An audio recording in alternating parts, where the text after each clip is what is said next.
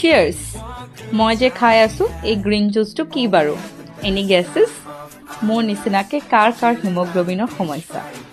Beet juice, শিঙি মাছ, মাগুৰ মাছ, কেঁচা শাক পাচলি খাই খাই ভাগৰি গ'লোঁ। এই যে পাতটো দেখিছে, এই পাতটো হ'ল কুলেখেৰা পাত। বজাৰত বিচাৰিলে পাই যাব। এমেজনতো এভেইলেবল। মই কিনিছোঁ পাণ্ডু বজাৰৰ পৰা, যিহেতু মোৰ ঘৰ মালিগাঁৱৰ ওচৰতে। আপোনালোকেও বেলতলা বজাৰ বা কোনো ডাঙৰ বজাৰত বিচাৰিলে পাই যাব। এই পাতটো ভালকৈ চাফা কৰি ল'লোঁ।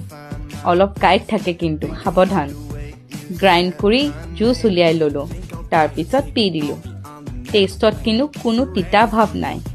অলপ খালি কেঁচা কেঁচা পাত খালে যেনেকুৱা লাগে তেনেকুৱাই।